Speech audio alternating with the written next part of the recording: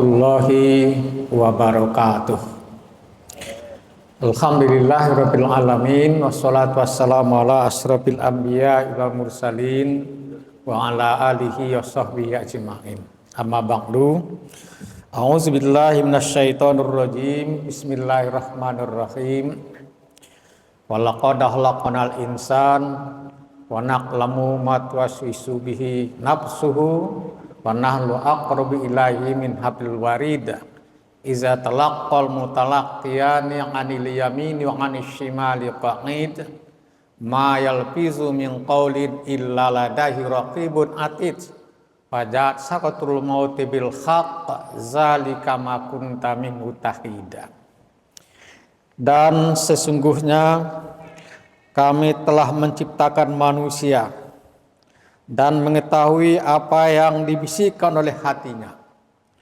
Dan kami lebih dekat kepadanya daripada urat lehernya, yaitu ketika dua malaikat mencatat amal perbuatannya, yang satu duduk di sebelah kanan dan yang lain di sebelah kiri. Tiada suatu ucapan pun yang diucapkannya melainkan ada di dekatnya malaikat pengawas yang selalu mencatat. Dan datanglah satu maut dengan sebenar-benarnya, itulah yang kamu selalu lari daripadanya. Al-Quran surat 50 surat Qaf ayat 16 sampai 19. Kaum muslimin jamaah zuhur yang berbahagia, pada kesempatan kuliah zuhur kita memberi tema penyebab orang mudah melakukan kejahatan. Dewasa ini merebak gejala, yaitu begitu mudah atau begitu ringannya orang melakukan tindakan kejahatan. Apakah menyangkut pelanggaran terhadap pidana umum atau pidana khusus, pembunuhan, pencurian, manipulasi dan sebagainya. Terutama yang menyangkut dengan masalah ekonomi, masalah harta, penipuan, penggelapan, korupsi, itu berkembang begitu pesat, mengkhawatirkan. Kalau meminjam ucapan mantan Menko Polhukam kita, yang mengatakan di udara ada korupsi, di lautan ada korupsi, di daratan apalagi, di mana-mana katanya. Dan itu dilakukan oleh orang-orang yang seharusnya jadi contoh tauladan. Orang-orang yang dari segi pendapatannya sudah lebih daripada cukup. Tapi itu masih terjadi.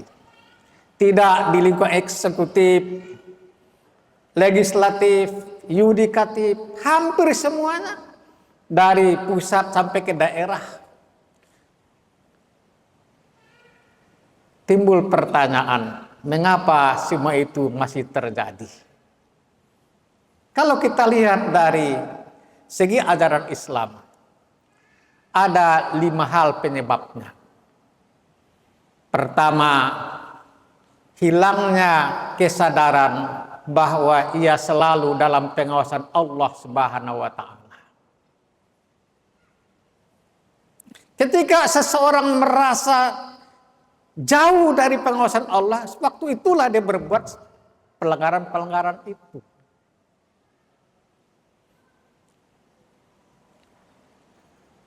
Dahulu waktu Umar bin Khattab bersama sahabatnya Abdullah bin Dinar dalam suatu perjalanan di sore hari dari Madinah ke Makkah, ketika dia bertemu dengan seorang pemuda yang sedang mengembalakan ternaknya, ia rayu anak muda itu agar menjual ternak itu. Setelah berdialog cukup lama, anak muda itu mengatakan, "Jangan Pak, saya tidak mau menjualnya, saya takut kepada Allah." Ketika Umar mengatakan, "Tuanmu kan tidak di sini, dia jauh, tidak mendengar ucapan kita, tidak tahu apa kita rencanakan." Tapi mereka mengatakan, iya Tuhan saya tidak melihat kita, tidak mendengar kita, tidak mengetahui kita. Tapi Pak Allah itu di mana? Ini yang pertama. Memudarnya atau hilangnya kesadaran bahwa ia selalu dalam pengawasan Allah Subhanahu wa taala. Sebagaimana ayat yang kita bacakan di awal ceramah kita ini. Yang kedua adalah hilangnya rasa malu. Orang sekarang tidak malu berdusta, tidak malu ingkar janji, tidak malu berkhianat, tidak malu mencuri, tidak malu tampil depan orang lain. Ketika misalnya dari televisi kita lihat orang-orang tersangkut masalah hukum tadi, dikenakan baju seragamnya, ya tidak merasa malu. Tidak terbayang bagaimana perasaan saudaranya, orang kampungnya, hilang rasa malu. Nabi mengatakan al-haya minal iman. Malu itu adalah bagian daripada iman. Ketika malu seorang hilang, imannya pun hilang juga. Jadi hilangnya rasa malu. Jadi tidak segan-segan, tidak malu berbuat jahat, tidak malu berbuat yang tidak baik. Yang ketiga adalah hubbud dunia, rakus kepada dunia. Memang Nabi pernah mengingatkan kita. Ya'ti 'alan nas zaman, akan datang suatu waktu, suatu masa menimpa manusia. La yubalul mar'u ma'akhaza, seseorang tidak peduli lagi apa yang diambilinya, apa yang didapatkannya. Aminal halal, aminal haram. Apakah itu halal atau haram, tidak ada lagi, tidak peduli lagi. Kalau hubbud dunia menyakiti seseorang, maka yang penting tujuannya tercapai, halal haram tidak penting, tidak perlu lagi. Semua cara akan dihalalkannya. Hubbud dunia. Yang keempat adalah hilangnya kesadaran dan keyakinan bahwa semua perbuatannya akan dipertanggungjawabkan di hadapan Allah Subhanahu wa taala. Apakah itu perbuatan baik atau perbuatan buruk? Pada hari itu kamu akan ditanyai daripada semua nikmat yang telah diberikan kepadamu. Fama ya'mal mithqala dzarratin khairan yarah wa may ya'mal mithqala dzarratin syarran yarah. Yang baik, yang buruk akan dipertanggungjawabkan. Jadi hilang kesadaran itu. Ia merasa kalau selesai dulu selesai saja. Bagaikan hewan, bagaikan binatang. Padahal manusia tidak seperti itu. Ia harus mempertanggungjawabkan semua perbuatannya. Yang terakhir atau yang kelima adalah kurangnya kontrol. Apakah dari keluarganya atau dari masyarakatnya. Cobalah kita lihat kaum muslimin sekalian. Betapa kita ini tidak punya kontrol, tidak punya rasa. Seseorang yang telah jatuh hukuman di penjara, lalu keluar dari penjara, ikut pemilihan, kita pilih juga itu. Tidak ada kontrol, sehingga tidak ada hukuman sosial bagi mereka. Sehingga berbuat kejahatan itu, ya tidak apa-apa, karena lingkungannya juga tidak memberikan hukuman. Seharusnya ketika seseorang membawa sesuatu yang berlainan berlebih ke rumah tangganya, keluarga menanyakan, Pak, dari mana yang kau peroleh ini? Dari mana uang ini yang kau peroleh, Pak? Seharusnya ada pertanyaan seperti itu. Begitu juga masyarakat sekitarnya memberikan kontrol sosial. Kaum muslimin jamaah zuhur yang berbahagia. Inilah penyebab-penyebab mengapa seseorang mudah melakukan tindakan kejahatan itu. Terutama yang menyangkut dengan harta itu.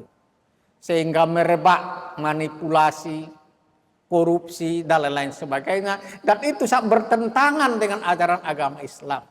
Karena Nabi mengatakan sesungguhnya daging yang dibesarkan dari sesuatu yang haram, ia tidak akan masuk surga, pannaru aula bihi, maka nerakalah tempat yang utama baginya. Yang harus kita hindarkan. Dan yang paling banyak memasukkan orang ke dalam neraka adalah aklil haram, memakan sesuatu yang haram. Mudah-mudahan kita terhindar daripadanya dan Allah memberikan kekuatan kepada kita sehingga kita berada pada jalan yang lurus, yang dapat membedakan mana yang halal dan mana yang haram. Terima kasih. Wabillahi taufiq wal hidayah. Wassalamualaikum warahmatullahi wabarakatuh. Waalaikumsalam.